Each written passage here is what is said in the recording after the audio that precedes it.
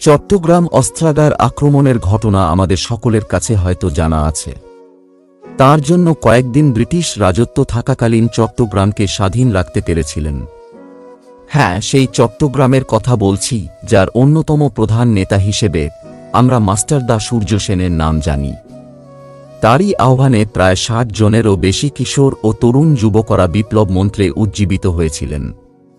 তাদের মধ্যে জালালাবাদ যুদ্ধে অংশগ্রহণ করে যারা শহীদ হন, সেখানকার এক শহীদের কথা বলতে চলেছি আজ আমরা যার কথা বলতে চলেছি তার নাম হল মধুসূদন দত্ত। তার জন্ম হয়েছিল চট্টগ্রামের একটি বিদগ্রাম নামক স্থানে।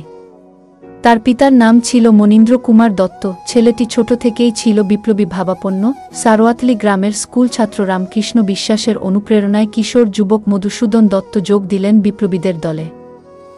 সংসারে ছিল না তাদের কোনো কিছুর অভাব, তবুও তার মন চায় স্বাধীনতার নিঃশ্বাস নিতে। এদেশে ব্রিটিশদের বিরুদ্ধে দাঁড়াতে হবে, তাহলেই সবাই একদিন স্বাধীনতার নিঃশ্বাস নিতে পারবে। তিনি বিপ্লবী দলের একজন অতি পুরনো কর্মী হিসেবে পরিচিত ছিলেন। মধুসূদন দত্ত ১৯২১ সাল থেকে ১৯২২ সাল পর্যন্ত তার রাজনৈতিক জীবনের পথ চলা শুরু হয়।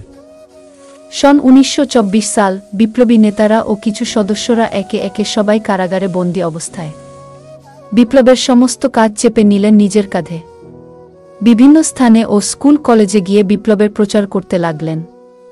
এই খবর বাড়ির লোকজনেরা জানতে পারে, তখন তাকে জামশেদপুরে পাঠানো হলো। শোনা যায় সেখানে তিনি চাকরি করতেন। সেখানে গিয়ে তিনি কয়লার কন্ট্রাক্টরের কাজ করে আর সমস্ত টাকা এনে দিতেন বিপ্লবীদের দলে। ১ এপ্রিল ১৯৩০ সালে তিনি আবার চট্টগ্রামে ফিরে যান। এরপর মাস্টার দা সূর্য সেনের পরিকল্পনা অনুযায়ী ঠিক করলেন আক্রমণ করতে হবে চট্টগ্রাম অস্ত্রাগারে।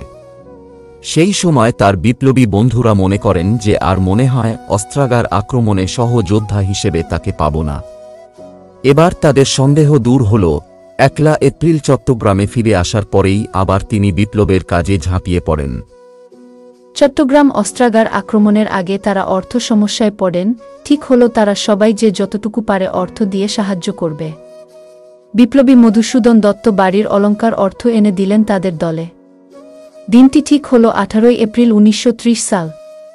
চট্টগ্রাম অস্ত্রাগার আক্রমণের আগে তিনি কি করলেন, বাড়ির বন্দুকটিও এনে দিলেন বিপ্লবীদের দলে।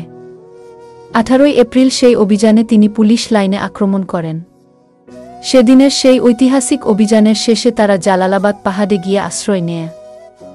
দিনটি ছিল ২২ এপ্রিল ১৯৩০ সাল। তারা উপস্থিত ছিলেন জালালাবাদ পাহাড়ের চূড়ায়। তারা সবাই সেদিন খিদের জ্বালায় ও জলের তৃষ্ণায় ক্লান্ত হয়ে পড়েছে। এদিকে একদল ব্রিটিশ সেনাবাহিনী এসে হাজির হল। ক্ষণিকের মাঝেই শুরু হল জালালাবাদ পাহাড়ের ঐতিহাসিক লড়াই।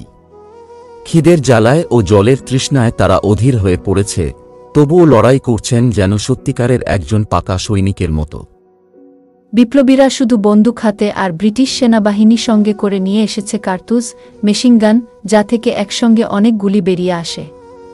প্রথম ও দ্বিতীয় যুদ্ধে বিপ্লবীরা বিজয়ী হন এবং তৃতীয় যুদ্ধে তাদের দিকে অন্ধকার নেমে আসে। হঠাৎ মেশিনগানের এক ঝাঁক গুলি এসে বিপ্লবী মধুসূদন দত্তকে যেন বীরত্বের মালা পরিয়ে দেন। তিনি সঙ্গে সঙ্গে লুটিয়ে পড়েন জালালাবাদ পাহাড়ের কোলে। একে একে প্রায় ১১ জন বিপ্লবী জালালাবাদ পাহাড়ের কোলে লুটিয়ে পড়েন। এমনই ছিলেন সে সময়ের তরুণ যুবকরা। আজ স্বাধীনতার অমৃত মহোৎসবে না হয় একবার স্মরণ করে নিই তাদের। বন্দে মাতরম। ভিডিও শেষে ধন্যবাদ জানাই আজকের লেখক প্রকাশ রায়কে। আর আজকের অনুষ্ঠান কেমন লাগলো অবশ্যই কমেন্ট বক্সে লিখুন। ধন্যবাদ।